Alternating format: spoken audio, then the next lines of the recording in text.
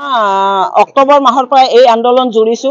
আন্দোলনৰ ফলশ্ৰুতিত 1 তাৰিখৰ পৰা আন্দোলন কৰিছো। 12 তাৰিখে আমাৰ তেতিয়াৰ সঞ্চালক মাননীয় বিভাস মোদীয়ে এখন চিঠি দিছিল আমাক যে তোমালোকে আহা 19 তাৰিখে আমি ইয়াত আলোচনা কৰিম সঞ্চালকালয়ত।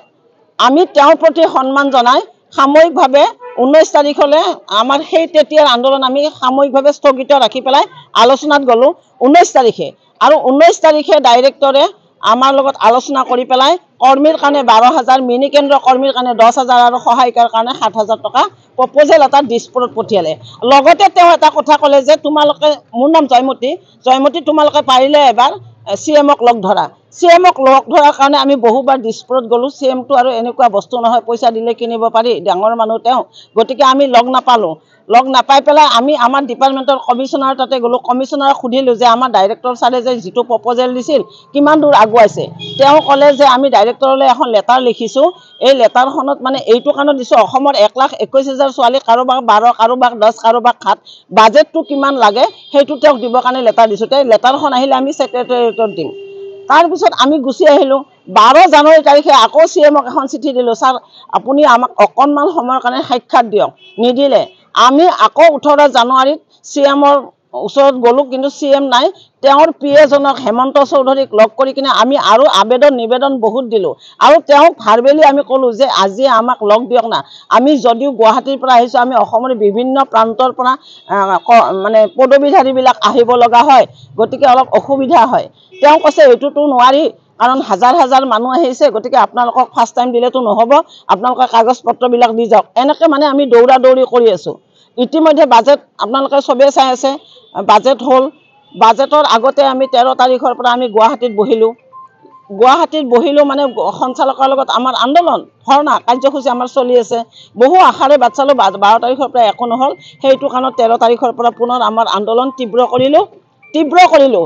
প্ৰকল্পই 1 তাৰিখৰ পৰা, ফেব্ৰুৱাৰীৰ 1 তাৰিখৰ পৰা আজিলৈকে প্ৰকল্পত চলি আছে। এটাই মাত্ৰ আমাৰ কথা, ডাইৰেক্টৰে দিয়া প্ৰপ'জেলটোৰ উত্তৰ চৰকাৰে কেতিয়া দিব। উত্তৰটো আমি বিচাৰি অসমৰ শদিয়াৰ পৰা ধুবুৰী, ডিমা হাছাওৰ পৰা কাৰ্বি আংলং সকলো ঠাইতে আপোনালোকে দেখিব এনেধৰণৰ প্ৰতিবাদ চলি আছে। ইমান নিৰ্দয়, ইমান নিষ্ঠুৰ, ইমান অমানৱীয় গুণেৰে বিভূষিত এগৰাকী CM দেশৰ, তেওঁ সভা সমিতিবিলাকত আমাৰ অংগনবাড়ীবিলাকে লগ কৰিব গ'লে কয় তহঁতে আন্দোলন নকৰিবি, তহঁতৰ 10-12 হাজাৰ টকা যুগুত হৈ আছে। তেনেকৈ কয়, মূৰত হাত বুলাই বোলে কয় তহঁতে আন্দোলন নকৰিবি, তহঁতৰ 10-12 হাজাৰ হৈ আছে। তোমালোকে বাজেট উত্থাপন কৰিলা, অংগনবাড়ীৰ নাম উচ্চাৰণ নকৰিলা। ইতিমধ্যে আমাৰ দুখত বিৰোধী দলে কংগ্ৰেছ আৰু অখিল গগৈৰ বা দল কি মই নাজানো, নামটো জানো অখিল গগৈ আৰু জাকিৰ হুছেইন চিকদাৰ, আশ্ৰাফুল হুছেইন, মনোৰঞ্জন তালুকদাৰ, এওঁলোকে আমাৰ হয়, আমি বাহিৰৰ যুঁজ কৰি আছোঁ আৰু তেওঁলোকে বিধানসভাৰ ভিতৰত যুঁজ কৰি আছোঁ। তথাপিও তেওঁলোকৰ গাৰ মানে লৰাব পৰা নাই। এইখন চৰকাৰ এনেকুৱা, এওঁলোকে তাৰমানে আমাৰ নিচিনা সাধাৰণ মানুহবিলাকৰ মৰম নুবুজে। এওঁলোকে পুঁজিপতিৰ মৰম বুজে। এওঁলোকে ৰাম পূজন, ভূমি পূজন কৰি কৰোৰ টকা খৰচ কৰিছে, কিন্তু মহিলাক পূজা কৰিব নাজানে। তেওঁলোকে এনেই পোষ্টাৰ বেনাৰ লিখে নাৰী সবলীকৰণৰ। প্ৰধানমন্ত্ৰীয়ে লিখিছে বেটি বাচাও বেটি পঢ়াও, হোৰ্ডিং পোষ্টাৰ লিখোঁতে কৰোৰ টকা খৰচ। সেই টকাখিনি আমাৰ অংগনবাড়ীৰ মাননীৰ লগত প্লাছ কিয় নকৰে, কাগজবিলাকতো উফৰি গ'ল, জহি খহি গ'ল। গতিকে এইখন নৈতিকতাবিহীন চৰকাৰ বুলি আপোনালোকৰ চেনেলৰ জৰিয়তে মই কৈছোঁ।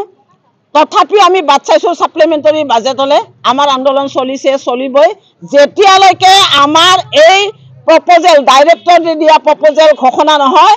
অহা 26 তাৰিখে অসমৰ 1,21,000 ছোৱালীয়ে ৰণাংগিনী দিছপুৰ কটাবলৈ আমি বাধ্য হ'ম।